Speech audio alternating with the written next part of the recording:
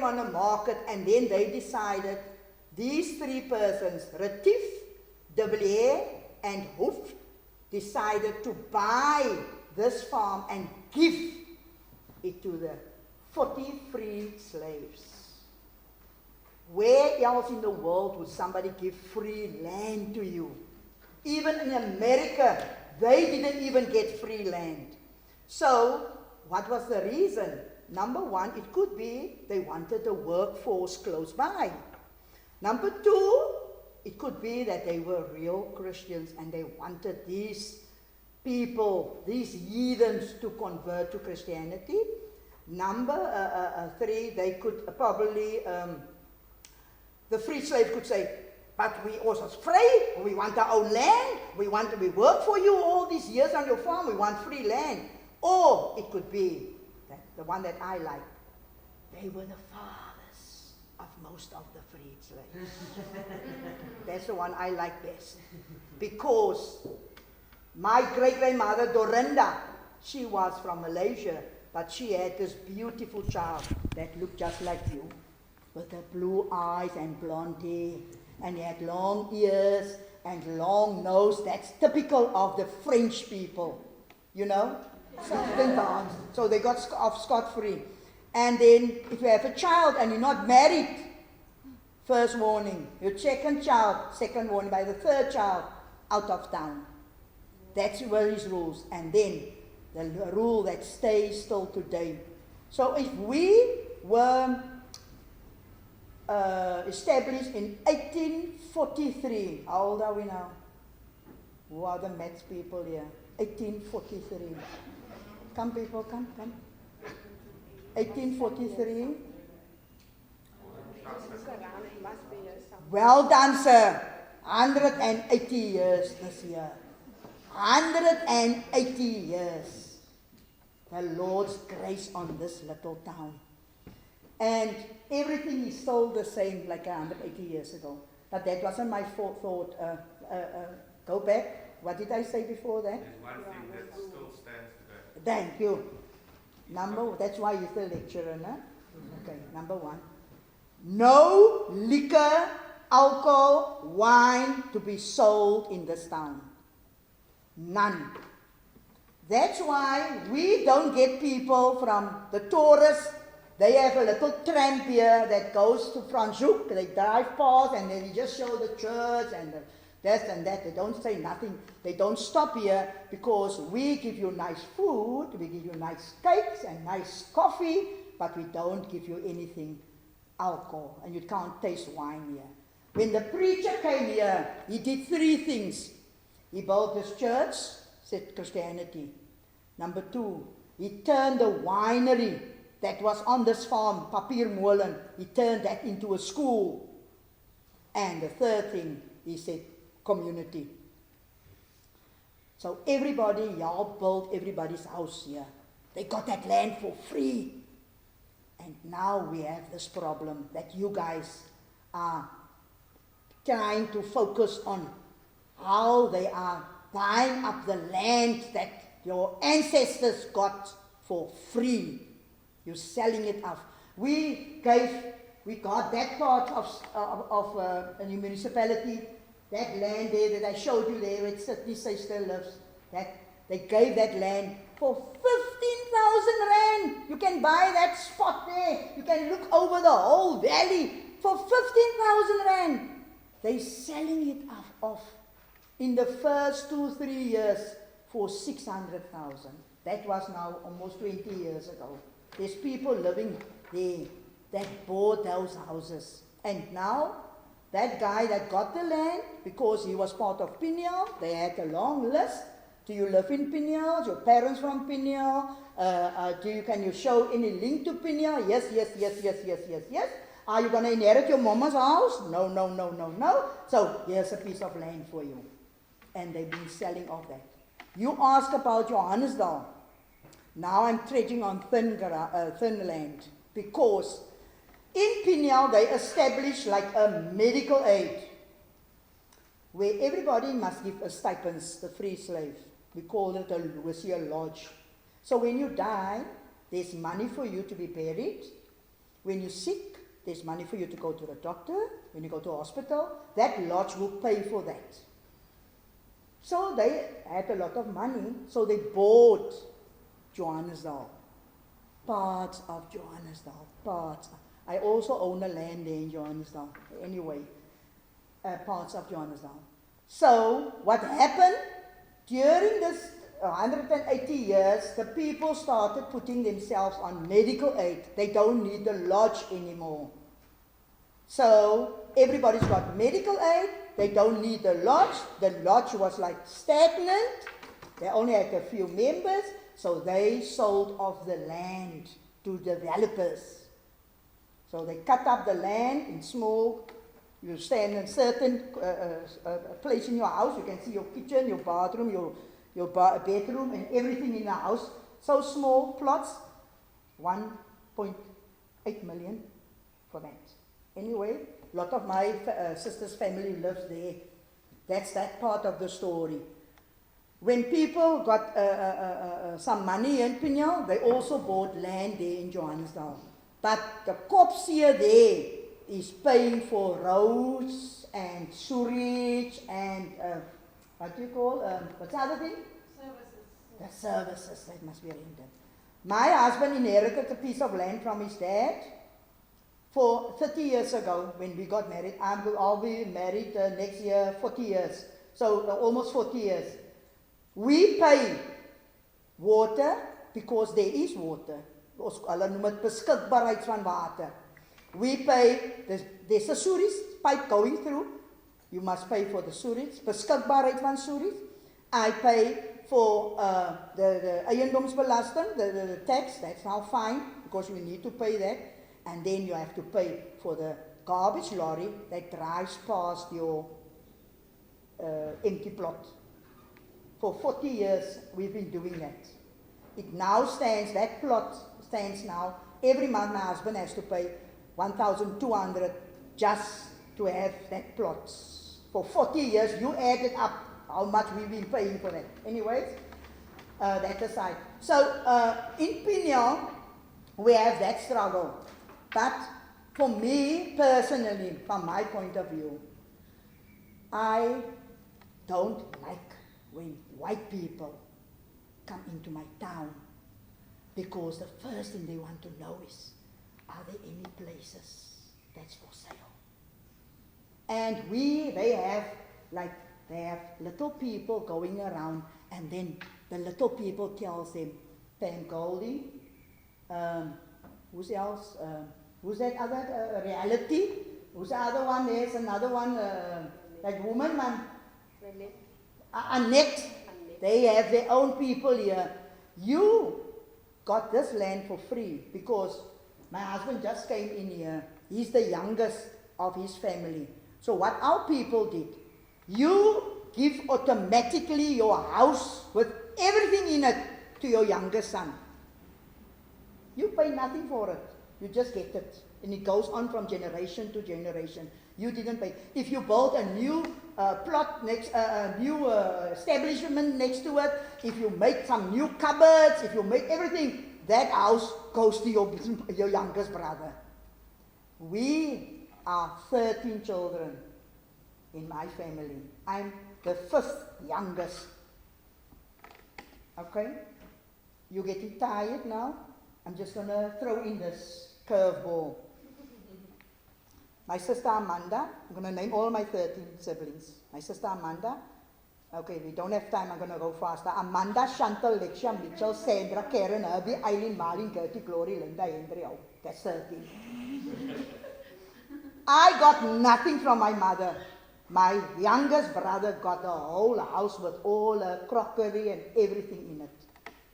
And that's how it's been going on. Now, you want to sell it because your wife is from Cape Town. She doesn't like this area. This is plaas. Like die mense hier nie. Because we grew up. If you don't have sugar, you go next door. Auntie, my ma vra bietjie suiker. Auntie, my ma, hier is pampoen vir jou, hier is dit. That was the community. Now you bring in somebody from outside. Lucky Samantha is not like that. No, Samantha, you came from Cape Town. She asked the neighbors for stuff. So, they don't want to live here. So they're selling it off to my brother, my other brother, for 600 rand, for 600,000.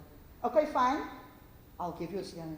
Then Annette and Golding and them, they hear that because some of our stupid people go tell them, and then they offer 1.6 million. And our people fall for that joke. So what's happening? I'm just bringing gentrification also now. No? So what's happening? They live here in Pniel now. We have like 10 households here in Pniel, white households. And they telling the children, don't play here in the street. That's our culture. That's how we play cricket, how we play rugby, and we walk and we stand under the lamp. We didn't have electricity, and we have our fire outside, and we talk what happened in the rugby and whatever. You can't do that anymore. Your dog that barks, law enforcement, that dog is barking the whole day. That changing our culture. Now, when we walk past him, shh. We get ourselves there, and then somebody is moaning, oh no, that one found play havoc with your mind. That's why I need to ask somebody else. Yes, girl. When you say cousins, do you mean first cousins or like second, third? It's the opas was broers. What is that? The grandpas were brothers. Is that second cousin? Yeah. So they had a free slave. He had a lot of sons. So their children got married. Got married to other people? Yeah, it's Carwol's. Adrian had for Carwol's. Carwol's had for another Adrian. Adrian had for Evie. That's my mother. So she married my father. Adrian had another Adrian. And he had Let. And Let's child, Davy, married my mother. You see there? 4. Okay. Like 4. It's like 4 generations down. Yeah, like that. And so, coming back to where now, before, so the Stegman story that had all the rules, yeah. We are 3,000 people in this town. 3,000. 2,991 belong to this church. We see everybody every day. We have function on Monday, it's the church choir. On Tuesday, it's the boys' brigade. On Wednesday, it's the girls' brigade. On Thursday, is the Batir and the seniors coming together. On Friday, is the youth. On Saturday, we go to the rugby. On Sunday, we have 2 church services here. And in between, we have our funerals and our weddings that we had on Saturday also. And we know everybody in town. I know everybody in town. I want to know everybody. When our children turn 16, the confirmation class, we take them all in town. We take them to the special place and we talk about Pniel. And then they meet each other there. And some of them got married also. Incomers that come to the town, do they become members of the church? Samantha, you're an incomer? Yes, I call myself an incomer. We do, because my husband's father belongs to the Congregational, and for that reason we also became. Are you the exception, or do most people who arrive in town from outside, most outsiders, do they actively join the church? I would say 50% of that.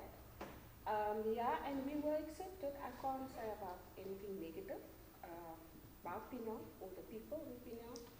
I was accepted when I came here, but there was a rule. I'm going to ask Cassandra to tell you more about it. There was a rule before when I came here that people that came into the town, they had to sit around the table. No, we had our own council. So in 19, when was the court case? 1901? 1910? We had a court case where we were ruled by the owners of the farm.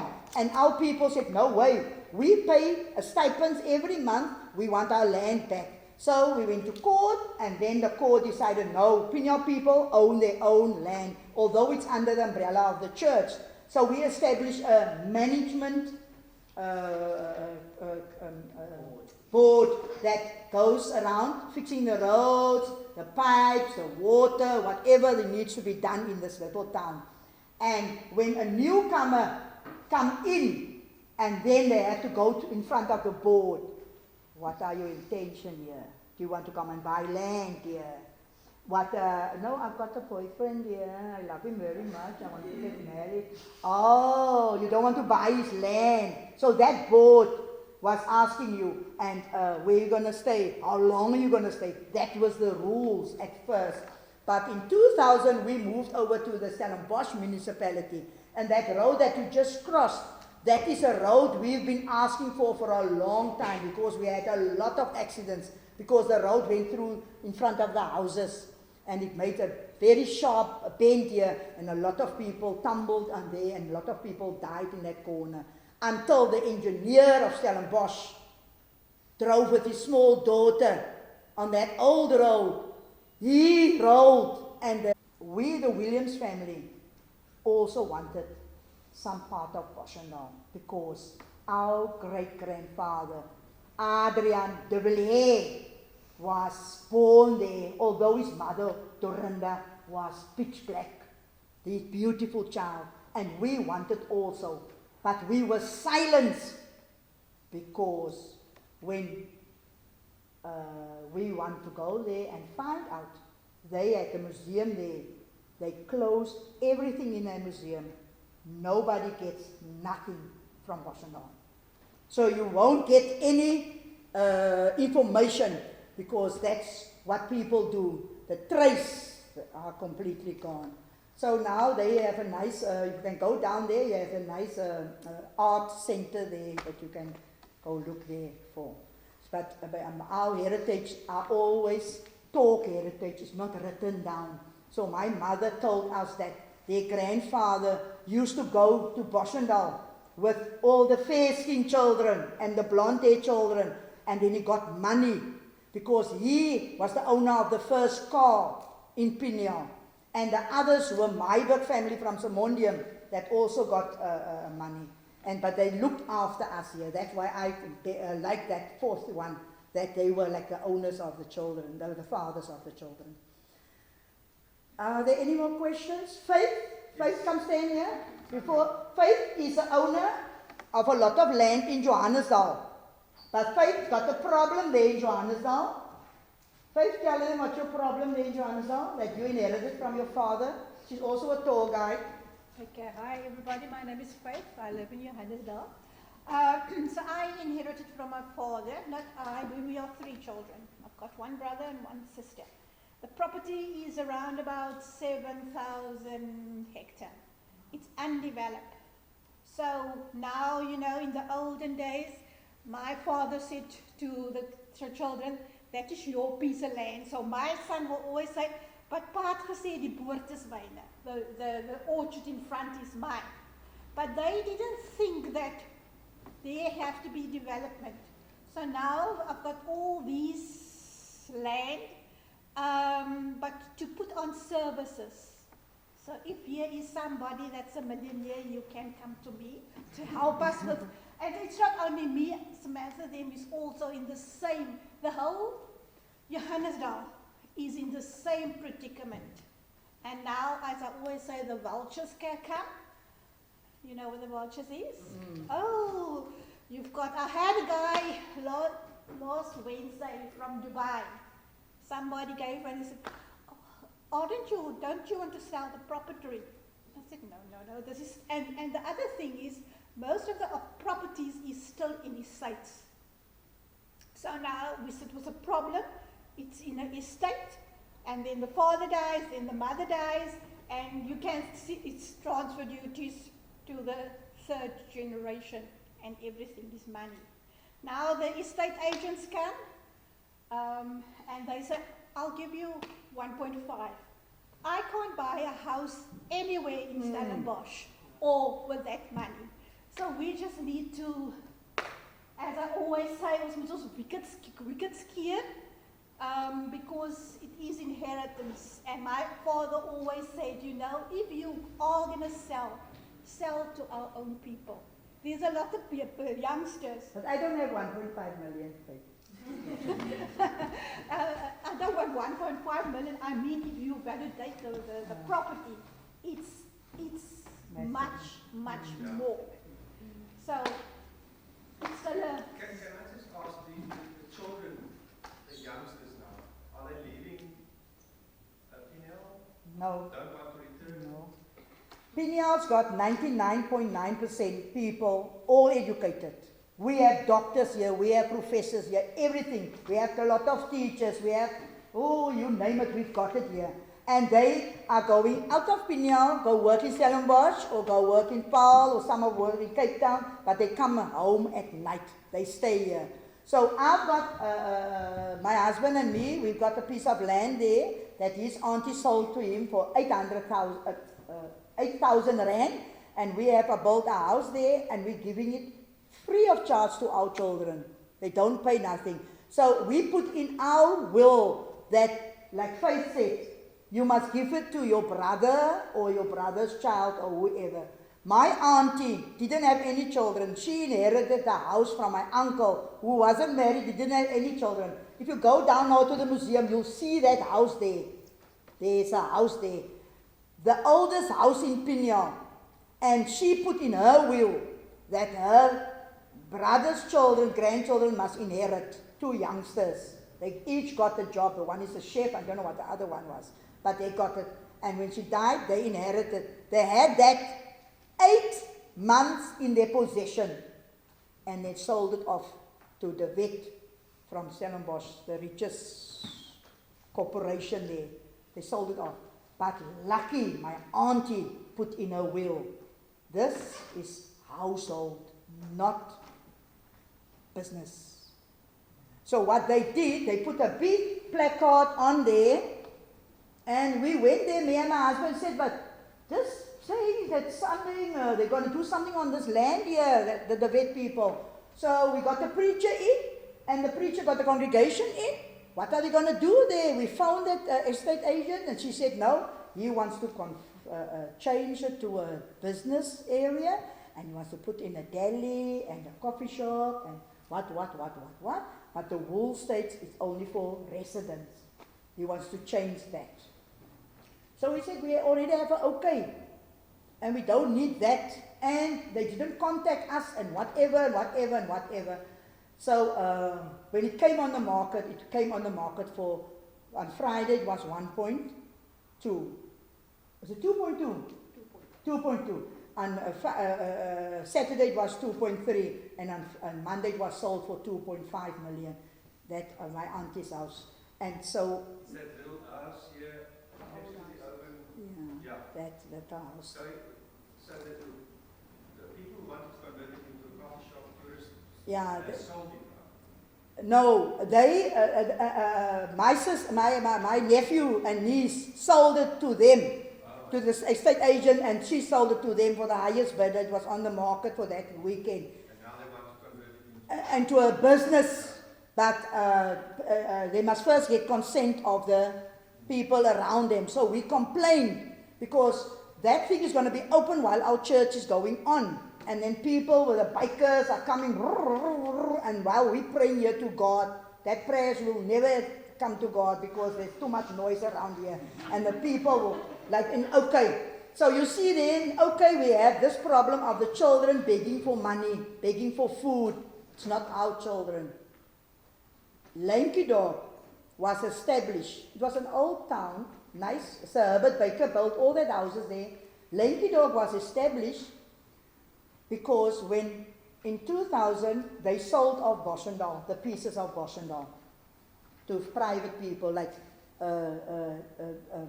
Good Hope was sold off, Rachelsfontein, Nieuwedorp, Roan, everybody was sold off. But there were still people on there. They can't build new stuff if that people doesn't have houses. So they made, in Lankydorp, they made like a big, what do you say, community or establishment there. with small houses there, and they put all of that people, different cultures, different backgrounds in that part of Pniel. So they all are there. The children, they must pay their own electricity, they must pay their own stuff for their house, they must pay everything with their own. They don't have money, they don't have work. They send the children over the river and come and beg for food. We help, we give every day, but there's so much that we can do. Okay? So from what I'm understanding, the people who are being displaced because of the process of gentrification are going to this alternate housing area that's been built for them. These people evicted from the farms. The farm, yeah. There were still people living on the farm that would work on the farm. But because Bosnell sold off the land, then the new owner wanted that people out of there. Like they had a school on one of the land there, and it's Nomzami, and they had like 30 children there, black children. And we had our school when Ruben was the principal here, and they couldn't find a place for those children. And that principal went to Mandela's office, and she wanted a school, because these children need to be brought up in the language of what their parents taught them. So they can't go into Pniel school because in Pniel they talk Afrikaans. So they were looking for land, they couldn't find nowhere. So my husband, save his soul, he said, okay, I'll give you a piece of land. When you go down to Pniel school, you'll find that there's a section there where Ruben gave that to them, build your church, build your school. How long was that ago, Ruben? 20 years? 15 years. 15 years. Nomzami is still there, and Nomzami is thriving because we saw the need to put them there, because the people of the farms didn't want them there. So they chased them away, and then they found a place here in Pniel. But it's not always nice, because they brought in the cameras and the people from the ABC News to come and tell. Ruben put up a wire there, a fence there, because they don't want the children to go over that side. But it's logical that if I give you a piece of land, I have to, that they don't have, must make their own gate, but they didn't understand, and they wanted the facilities of the Pniel school as well. They want to use the toilets and all of that. And then they provided them with everything that they needed, and eventually it was settled. But people like to exploit moments like that to show that we were like a racist or something like that. But it didn't work, and they still teaching the children there. They have a nice time there. So then just one more question. With the gentrification that's going on in Pniel, do you have any of the residents being displaced based on an increase in rates and taxes, or the people that are leaving the town, those who have sold their houses, or those who are exiting based on opportunity elsewhere? So basically, are people being forced out of Pniel currently? No, I can't think of one thing, but what happened is the one that inherited the land from his father, he didn't live here. He lived elsewhere. So he heard that his dad left him the house. So he put the house on the market. He didn't even consult his own people. And then the one with the most money bought the house. But what happened nowadays is that the grandmother still lives in the house, or the mother lives in the house. And then when the father died or whatever, then they inherit the house. They want to like make a nice floors and do this, and the grandma's now in the way. Then she needs to go somewhere. That's the only thing that happens. So they put the grandmother now with the other sister, and grandmothers don't want to be displaced, because we don't put our people in old age homes. We look after our old people. We have disabled people, we look after them. They only go to school somewhere, Dorothea or Lustral, and then they come back at night. I wanted to ask, so you said that the youngest son really gets the house, and you said everything in it and that. When do they inherit it? Like when the parents pass on, or you said yours would inherit it when you got married?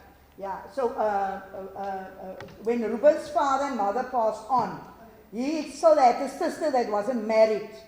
So she's living in the house.